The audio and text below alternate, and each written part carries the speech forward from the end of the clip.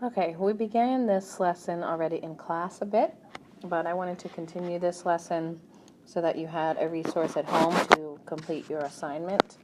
So we were talking about exponential functions and how to graph them and a little bit of an explanation of them.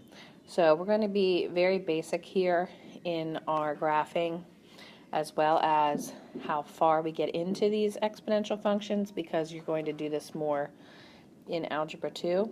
But we're going to start by looking at the form of an exponential function, which is y equals ab to the x. A at this point cannot be 0. B at this point is greater than 0. And B cannot be 1. You will definitely get into more of an explanation in this when you get into Algebra 2 or even pre-calculus and calculus when you deal with complex numbers. But at this point, we're going to just know that these are the parameters that we can deal with when we're dealing with just real numbers. When we get into complex numbers in later subject areas, that's when we'll explain this a little bit more. But for the purposes of this class, we're going to know that these are the parameters that we have to meet. So, some examples of exponential functions, you can write them as a and b separately.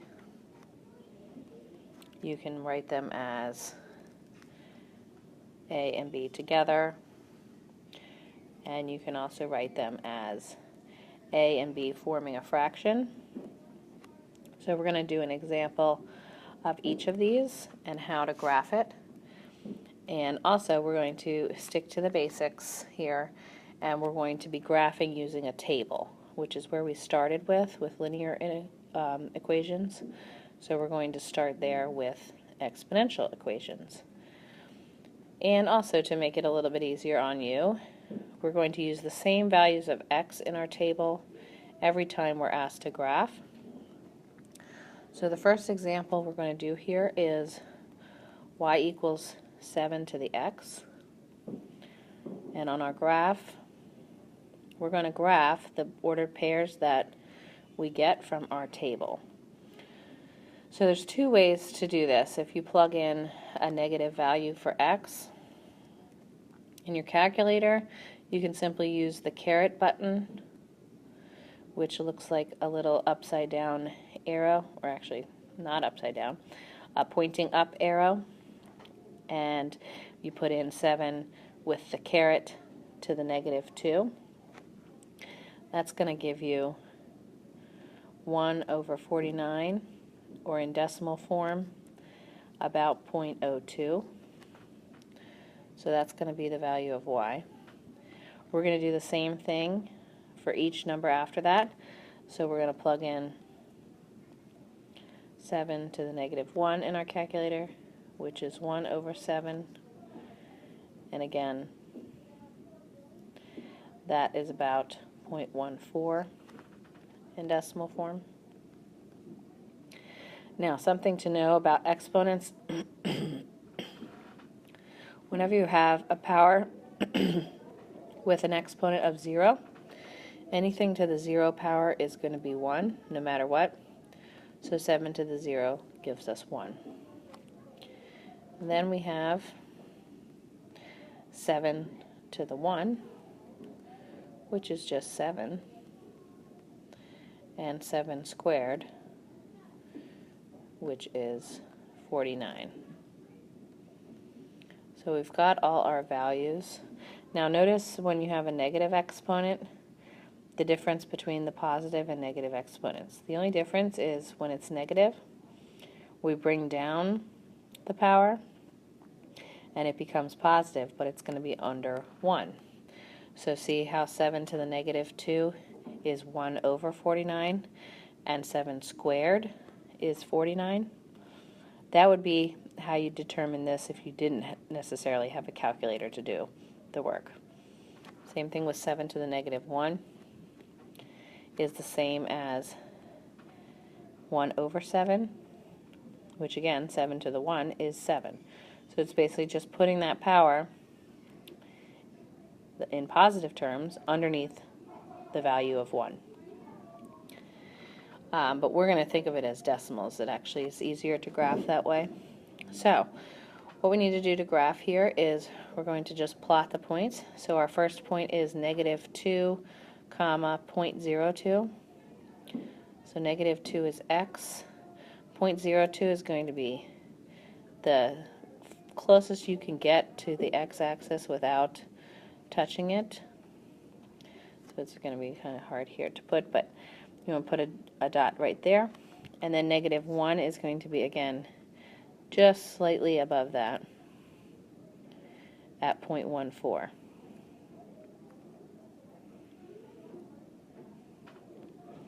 Then we're going to jump, because this grows exponentially, so it jumps pretty quickly, to 0, 1. I'm going to graph that. And then 1, 7.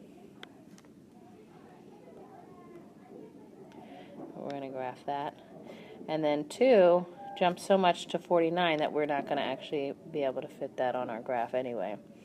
So we're going to put our points together with a line, but it's not going to be a straight line because this is nonlinear. So our line's going to look like that. Now, it asks us two things to talk about with this exponential function. First is the y-intercept. And the y-intercept is 1. Pretty much the y-intercept for all exponential functions at this point is going to be 1, because as I said, if you plug in 0 for x, and x is the exponent, anything to the 0 power is 1. So the y-intercept here is 1.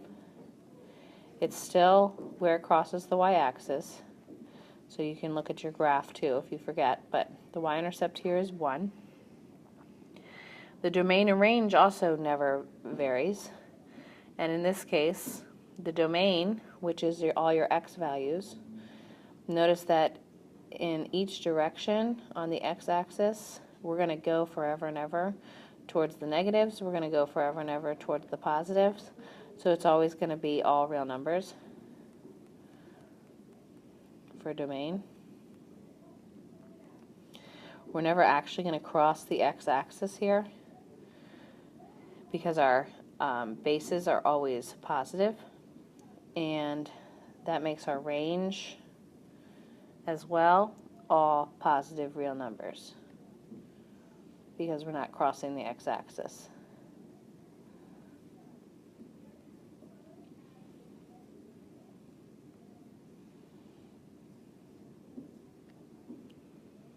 So that would be our range. Now we're going to do one more graph like this. Gives us the function 1/2 to the x minus 1. We're going to do our table.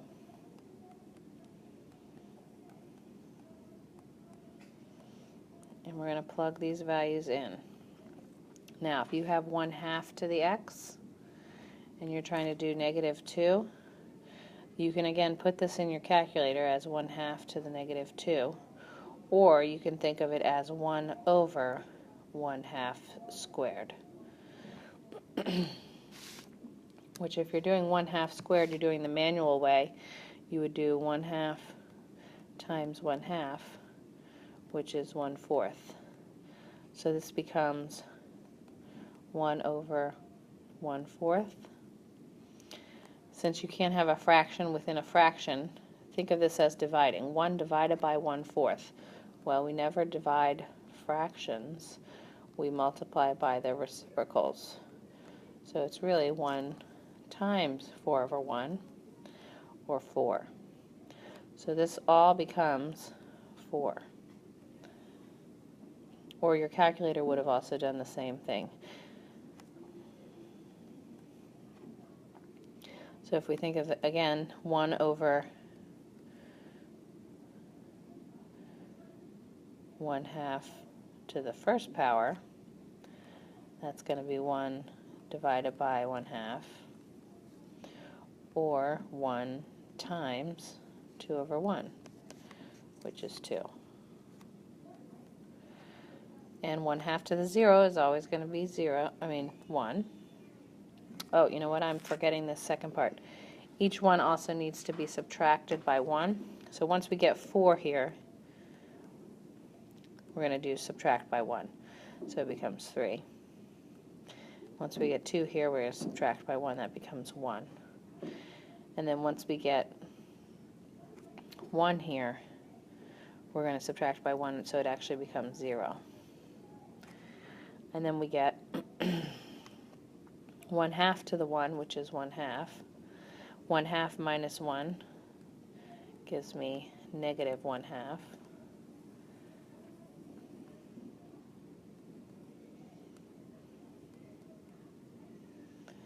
And 1/2 squared, which is 1/4, minus 1 gives me negative 3/4.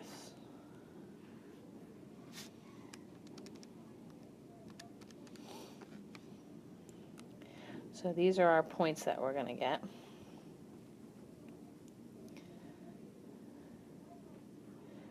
And we're going to graph them.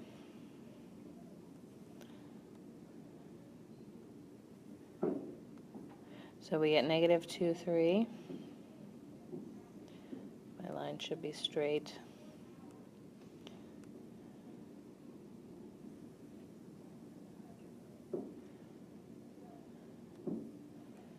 So negative 2, 3.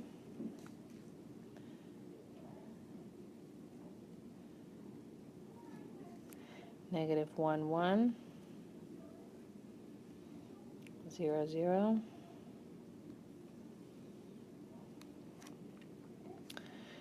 1, negative 1/2.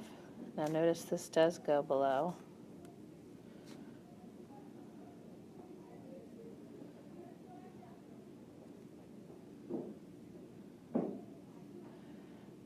And 2,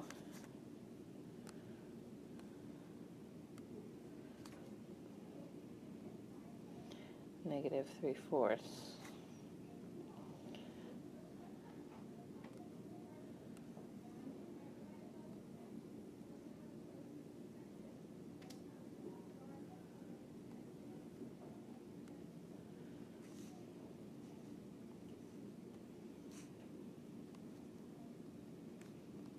So you can see it better. I changed the color.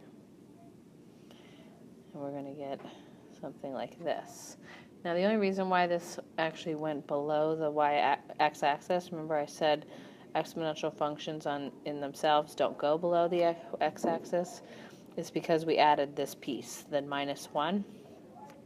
If this was not there, then 1/2 to the x would never go below.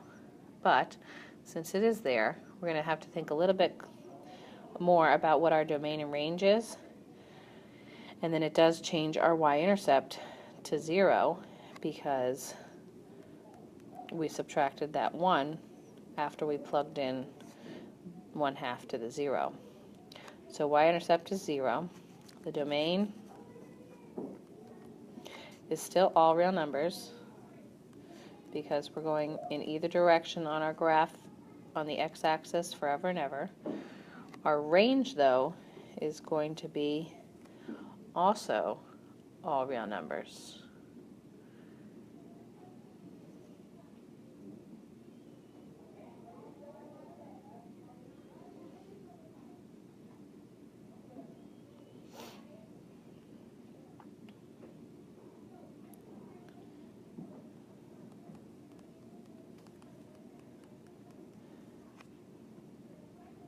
Oh, I'm sorry, it's not going to be all real numbers. All it's going to be is the range is going to be all numbers that have to be greater than negative 1. So remember before all the numbers had to be greater than 0 for our range, so it had to be above the x-axis, so it was all positive real numbers. This time it's going to have to be all positive real numbers, but also including some numbers that are greater than negative 1, again because of this minus 1 that we added to our function. So y has to be greater than negative 1 and all positive real numbers.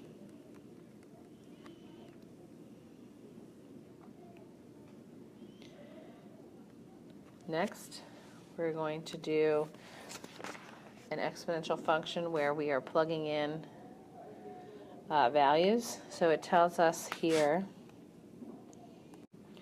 that we have a certain bacteria population which is going to be growing exponentially. So it's doubling every 20 minutes. It starts with 10 cells, so that's our base in the equation in a culture, and then the population can be represented by the function b equals 10 times 2 to the t. So b is the number of bacteria cells, t is the time, but it's in 20-minute increments. So if we're going to use our function here, t is going to be time, so it's asking how many bacteria will there be after 2 hours. So we need to think of 2 hours, though, in 20-minute increments. So that's going to be 20, 20, 20. That gives you 60 minutes.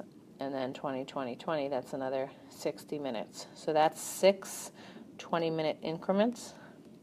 So to figure out how many bacteria, or B, we're going to plug in 6 for T. So in our calculator, what we could do is 20, because we could do 10 times 2 to the 6th. Oh, no, we can't. I just messed myself up. We can't do that because that's not following order of operations.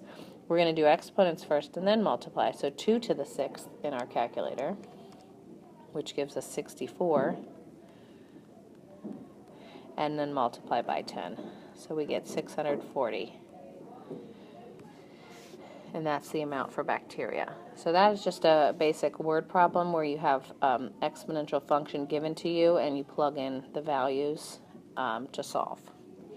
And the last example is we're given a table and we're trying to figure out whether this is an exponential function or not. So basically, I said this as you guys were leaving today, but an exponential function is growing faster than a linear function. A linear function has a pattern, so does an exponential function has a pattern of y. But a linear function, the patterns are going to be in terms of adding or subtracting. In an exponential function, we're thinking of multiplying.